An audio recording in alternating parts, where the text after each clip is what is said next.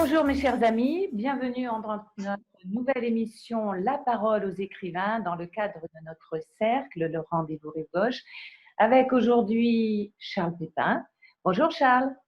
Bonjour Christine. Bonjour à toutes, bonjour à tous. Merci Charles d'avoir accepté mon invitation. Je suis toujours ravie bien sûr de t'accueillir et tu es un ami fidèle de nos rendez-vous.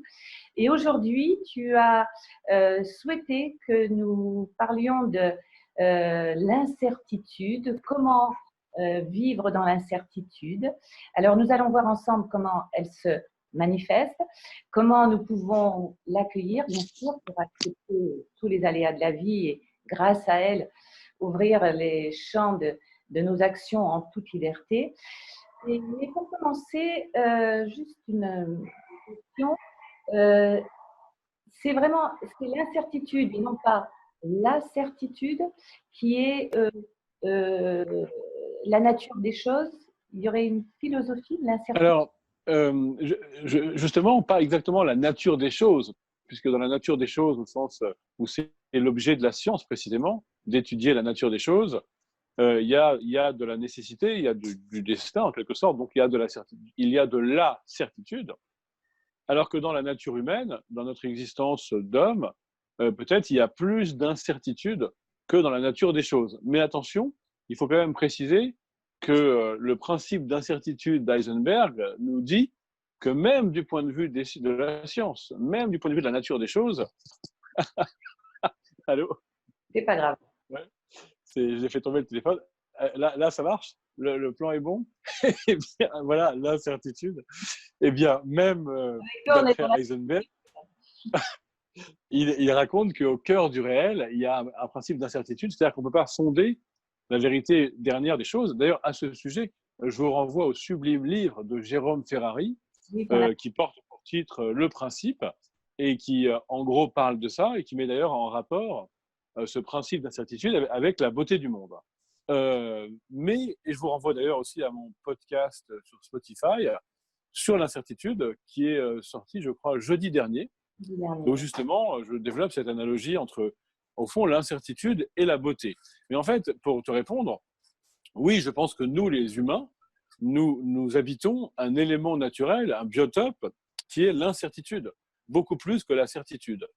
Et si on le comprenait, on le vivrait mieux. Parce que la vérité, c'est qu'on nous éduque pas comme ça, on nous apprend à nous accrocher à des repères de certitude, et finalement, on se trouve très angoissé quand on découvre que ces repères ne sont pas solides. Il vaudrait mieux se dire que le là de la condition humaine, c'est l'incertitude, et au milieu, par chance, parfois, on peut arrimer des petits îlots de certitude, mais qui sont des îlots totalement isolés dans un océan d'incertitude. Et c'est ça qu'il faut rappeler. Évidemment, cette crise aussi nous l'a rappelé, mais l'essentiel est incertain. Par exemple, si vous êtes amoureux de quelqu'un qui est amoureux de vous, eh bien, combien de temps durera cet amour? C'est incertain. Quand allez-vous mourir? Vous êtes certain de mourir un jour, mais la date est incertaine. Et donc, au fond, l'incertitude est cela même que nous avons à habiter prioritairement. Et d'ailleurs, c'est d'autant plus intéressant que c'est pour ça que nous sommes libres. Parce qu'au fond, c'est parce qu'il y a de l'incertitude qu'il y a de la liberté. C'est parce qu'il y a de l'incertitude qu'il y a à décider, qu'il y a à trancher. Et trancher, finalement, s'engager dans des décisions, c'est compenser cette incertitude par un surcroît de liberté. Et ça, c'est important. C'est la différence importante entre décider et choisir. Choisir, c'est choisir rationnellement en s'arrimant à une certitude. Ça existe parfois, hein, mais dans les grandes décisions existentielles, dans les grandes décisions de vie, dans les grandes décisions stratégiques professionnelles aussi, il y a de l'incertitude. Donc, c'est une décision et pas un choix.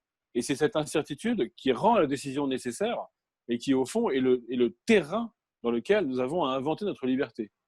Oui, mais alors, évidemment, nous pouvons qu'accueillir ce que tu nous dis.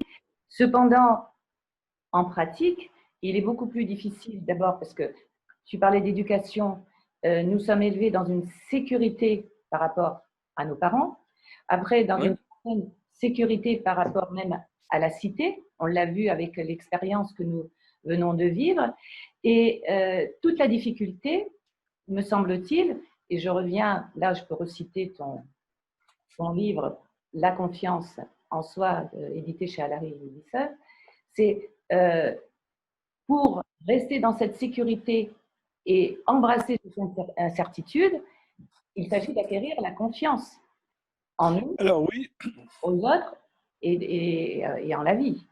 Comment? alors oui, mais cette confiance, justement, elle est souvent le lieu d'un malentendu et d'une confusion syntaxique entre la confiance, avoir confiance en soi, et précisément être sûr de soi. Et c'est vrai que si on interroge les gens, au début, ils sont souvent dans une confusion. Ils pensent qu'avoir confiance en soi, c'est être sûr de soi, c'est ne pas douter et éventuellement aller jusqu'à l'arrogance ou la suffisance. Et en fait, ce que je montre dans mon travail, c'est que la véritable confiance, c'est la confiance dans l'incertitude. Et c'est la confiance malgré le doute qui demeure. C'est-à-dire que ce n'est pas parce que je doute de la réussite de mon entreprise que je ne dois pas avoir confiance dans le fait de m'élancer. Mais si on attendait, pour que la confiance se déploie, d'avoir éradiqué tout doute, c'est-à-dire toute incertitude, eh bien, soit on attendrait très longtemps, soit on serait bien sûr dans le déni de la complexité du réel, qui fait que j'ai beau anticiper, j'ai beau prévoir, eh bien, il y aura de l'imprévu, parce que c'est la vraie vie qui sait très bien nous prendre. Donc, oui, j'entends ta question sur la confiance, mais à la condition de comprendre que la confiance en soi, ce n'est pas la certitude, ce n'est pas d'entreprendre quelque chose qu'on est certain de réussir parce qu'on l'a déjà réussi 50 fois. La vraie confiance, c'est de réussir à entreprendre quelque chose dont le succès est incertain, mais de réussir quand même à l'entreprendre et d'avoir quand même de l'allant et d'avoir au fond une sorte d'audace existentielle qui fait que même si le résultat est incertain, j'y vais. Voilà. Tu nous enseignes qu'il s'agit de choisir, donc choisir c'est d'une façon rationnelle, et décider c'est s'engager. Là, on est dans le sens du risque, et même si l'on doute, nous y allons. Quand on parle de la confiance, on peut à ce moment-là aller en amont, c'est-à-dire qu'est-ce qui va me permettre de non seulement d'avoir cette confiance d'y aller, mais d'avoir ce discernement de dire je doute, mais j'y vais quand même, mais il s'agit d'avoir un discernement lucide Bien sûr. donc, nous revenons à cette notion de nous connaître ou de connaître en nous connaissant la situation que nous devons gérer. Oui, exactement. Alors, je réponds à ta question. Pour trouver la force d'y aller dans le doute, il faut effectivement que ce doute ne soit pas paralysant, ne soit pas une inhibition trop forte, et qu'il devienne un moteur, c'est-à-dire qu'on ait un rapport au doute, peut-être qu'on ait un palier supportable. Alors, il y a trois manières de trouver comme ça cet élan, de trouver cette force. Il y a une première manière qui est liée au fond à la répétition des choses qu'on sait faire et qui nous mettent en confiance parce qu'on trouve comme ça, dans cette expertise, de cette compétence, une sécurité intérieure qui nous permet d'aller au-delà de cette zone de confort, explorer la répétition. Ça, c'est le premier point. Ensuite, il y a un deuxième point, c'est la qualité de relation aux autres. On peut trouver la qualité de lien, dans une qualité de présence, dans une qualité d'écoute, une sorte d'énergie pour oser y aller et prendre un risque. Donc, la première confiance, c'était une confiance, on va dire, technique, ou plutôt une confiance en soi, finalement. La deuxième confiance, c'est davantage une confiance relationnelle, une confiance en les autres. Et puis la troisième, que j'appelle confiance mystique ou mystérieuse, c'est d'aller chercher dans le monde, dans la beauté du monde, dans la musique, dans la terre, dans la mer, dans des éléments qui sont autre chose que soi, le ressort d'une confiance en soi. Ça veut quand même dire que la confiance en soi doit s'entendre en un sens élargi, en un sens relationnel, et surtout pas en un sens simplement volontariste et personnel. Mais je reviens quand même sur la différence entre décider et choisir parce qu'elle est centrale pour notre échange et elle est centrale pour la question de l'incertitude. Christine, je te rappelle, est-ce que tu m'entends toujours? Oui. Je te rappelle que chez Descartes, alors Descartes c'est intéressant parce que c'est lui-même qui est caricaturé comme un rationaliste étriqué et on pense souvent que le libre arbitre de Descartes c'est simplement d'écouter sa petite raison rationnelle. On s'aperçoit que ce n'est pas du tout ça, que chez Descartes, il est question précisément d'un entendement qui est limité, c'est-à-dire d'une saisie rationnelle du réel qui est limitée, et que je vais compenser par une puissance de vouloir qui est au cœur de la décision. Donc finalement, nous décidons parce que nous pouvons vouloir plus que ce que nous savons. Autrement dit, nous décidons parce que nous faisons de l'incertitude notre miel, et que dans cette incertitude, eh bien, nous trouvons la force finalement de nous engager et en quelque sorte de compenser cette incertitude par la puissance de la volonté et de la liberté. Et bien ça, c'était déjà chez Descartes. Et tu vois, Christine, le simple fait qu'on dise Descartes, cartésien, rationaliste, montre qu'on est au fond dans le déni de la puissance même de la liberté et qui est évidemment conditionné par l'incertitude. Alors évidemment, l'incertitude nous angoisse, l'incertitude nous effraie, l'incertitude sur notre avenir proche, l'incertitude sur l'amour, l'incertitude sur la mort, mais eh bien, il faut apprendre à aimer ce qui nous effraie, et c'est exactement une définition de la sagesse. Alors, je ne dis pas que c'est facile, mais c'est probablement un chemin jalonné de différentes étapes, et dans ces étapes, il y en a une qui est très importante, c'est la joie. Quand quelque chose me met en joie, eh bien, ça me donne de l'élan, de l'allant pour précisément accueillir cette incertitude. Mais il est vrai, et c'était, je crois, ta question, qu'il y a quand même des petits îlots de certitude. Par exemple, quand je suis au soleil et que je suis bien, que je parle à quelqu'un que j'aime et que je suis bien, il y a quelque chose de tangible. Et donc, être stoïcien, c'est aussi bien dissocier ce qui est tangible et ce qui n'est pas tangible, ce qui dépend de moi et ce qui ne dépend pas de moi. Il y a beaucoup de choses qui ne dépendent pas de moi, c'est l'incertitude. Mais ce qui dépend de moi, c'est aussi de savoir me concentrer sur ce qui est là et apprécier ce qui est là et dont je peux jouir avec certitude. Donc, ma philosophie repose sur l'incertitude, mais elle n'exclut pas le fait de trouver comme ça des petits repères de certitude à certains moments et toujours dans le réel.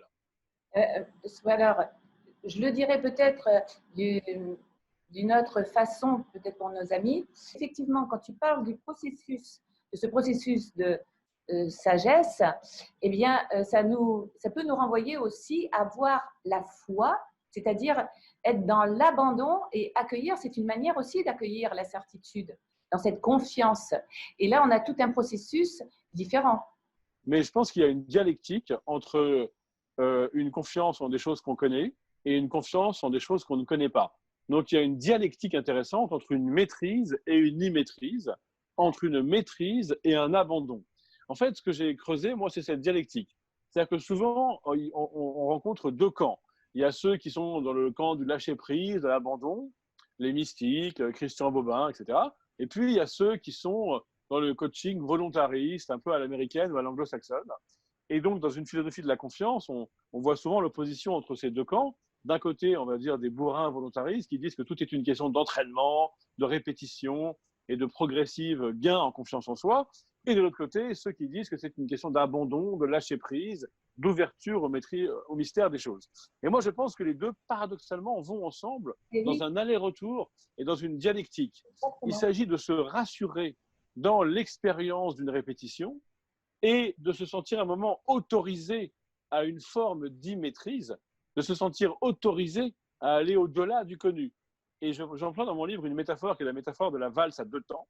Oui. C'est-à-dire qu'il y a un temps pour se rassurer, un temps pour se ressourcer, un temps pour élargir le périmètre de sa zone de confort, un temps pour retrouver une sécurité affective intérieure, et puis il y a un temps pour s'aventurer, un temps pour explorer, un temps pour sortir de cette zone de confort et persévérer dans l'exploration en allant toujours plus loin. Mais en même temps, à chacun de comprendre son rythme et de comprendre son tempo. Et ceci est très corrélé à la petite enfance. Si vous avez été très bien accueilli dans la petite enfance, très sécurisé par l'amour inconditionnel de vos parents, alors vous aurez moins besoin d'aller régulièrement vous ressourcer dans la chaleur de ce que vous maîtrisez bien. Et si en revanche, vous avez manqué de cette sécurité intérieure, parce que l'enfance s'est mal passée, ou parce que vous avez été mal aimé, ou parce qu'il y a eu des déchirures, des drames, alors vous aurez besoin d'aller plus régulièrement vous rassurer dans la maîtrise pour ensuite vous autoriser l'immaîtrise. On pourrait prendre la métaphore d'une sorte de pont, un pont à l'issue duquel on va faire un plongeon, on va faire un saut. Le pont, eh bien, c'est le moment où on se rassure, on est les pieds sur quelque chose de connu, et puis à un moment, on s'élance. Et à chacun de se connaître assez pour savoir quelles sont les conditions pour qu'il puisse s'élancer. Où l'on s'aperçoit d'ailleurs qu'il n'y a pas de confiance en soi sans connaissance de soi. sans connaissance de soi. Et nous revenons à la joie, qui est un indicateur, ce sentiment très fort. Quand on a cet élan de joie, et tu l'exprimes très bien d'ailleurs, alors là, même dans la beauté nous sommes, Ouais. Cette beauté qui nous montre combien la vie a un sens en fait, parce que ce n'est pas tant trouver le sens de la vie, c'est de trouver un sens à notre présence. Je pense que aussi ton message dans la vie. Un sens, alors je ne sais pas si j'irai jusqu'au mot sens. Oui. Faisons une expérience assez simple. Regardez les moments où vous êtes vraiment bien dans l'existence, les moments où vous êtes rempli d'une joie d'exister, soit parce que vous êtes par exemple seul au milieu d'une beauté naturelle, soit parce que vous êtes avec quelqu'un que vous aimez et qui vous remplit d'une forme de confiance en l'existence. Est-ce que franchement, dans ces moments-là, vous vous interrogez sur le sens de la vie? Est-ce que dans ces moments-là, vous allez vraiment aller chercher la signification de l'existence en termes de valeur? Il me semble que non. Et que précisément, nous allons nous interroger sur le sens de la vie dans la mesure même où nous ne sommes pas assez vivants, dans la mesure même où la joie fait défaut. Mais quand la joie est là, elle nous libère au fond de la question du sens de l'existence. Et d'ailleurs, on le voit aussi dans les grandes rencontres. Quand on rencontre un ami, quand on rencontre une amoureuse, un amoureux, alors on ne se pose plus la question du sens. On saisit simplement la chance qui nous est donnée en fait, de s'éprouver vivants ensemble. Alors, néanmoins, petit bémol, il y a des moments où on a besoin, justement, pour retrouver la confiance, de s'interroger sur le sens. Mais j'ai l'impression que ce n'est pas tellement la réponse qui va compter, que le simple fait de s'interroger me met en éveil, l'éveil de mes facultés, et je suis présent au monde dans la mesure où je me questionne. Mais je ne suis pas sûr que ce soit très intéressant de vouloir trouver la réponse à la question du sens de l'existence. Ce serait ça, la vraie liberté. Le monde est beau et hors de lui, point de salut, écrit Camus, et je suis au monde, et c'est déjà beaucoup. Alors, peut-être, tu demandais ce que c'était que la vraie liberté. C'est difficile de répondre à ça en une phrase, mais la vraie liberté, c'est sûrement une manière d'être au monde. C'est sûrement quelque chose qui est plus que ma petite liberté individuelle, même si on s'est battu historiquement et politiquement pour avoir des droits individuels qui soient garantis, c'est évident. C'est évident que c'est important. Mais la liberté, c'est plus que ça et c'est aussi moins que ça. C'est, je crois, une manière de s'autoriser à être soi dans sa complexité, dans le flux de l'existence. Et Bergson nous aide beaucoup.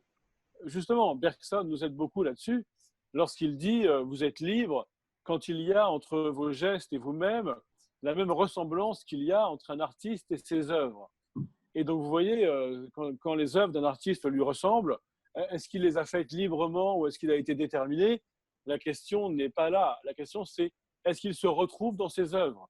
Eh bien, c'est pareil. Si vous vous retrouvez dans vos gestes, dans vos actions, dans vos décisions, vous êtes libre. Et évidemment, ça ne veut pas dire que vous maîtrisez tout. Ça ne veut pas dire que vous êtes une conscience souveraine qui s'approprie votre existence. Ça veut dire que voilà, il y a de l'incertitude, il y a aussi du conditionnement, il y a plein de choses que je n'ai pas choisies et qui me tombent dessus. Mais si je les vis d'une manière qui me ressemble, alors peut-être je peux me dire libre. Alors évidemment, c'est une liberté mesurée, c'est une liberté restreinte, c'est pas une liberté absolue, c'est pas une liberté absolue, mais c'est quand même une liberté réelle. Exactement. Et c'est ce qui permet aussi d'accueillir cette incertitude dans la vie. Eh bien, Charles, merci. Ton actualité. Merci à toi. Parce que nous allons te recevoir à nouveau. Ton actualité, tu peux nous la révéler? Un prochain essai? Oui, bien sûr. Je sors un essai sur la rencontre en septembre. Et donc, nous aurons la joie de venir en parler, je crois. Une vraie joie, tu sais bien. Hein. Alors, à très vite, Charles. Merci, mes amis. À bientôt. Désolé pour les problèmes techniques, mais en même temps, je fais de la muscu parce que je tiens mon téléphone depuis tout à l'heure. D'accepter les aléas. Et rendez-vous pour une prochaine émission, La parole aux écrivains. À bientôt, Christine. À bientôt, tout le monde. Au revoir.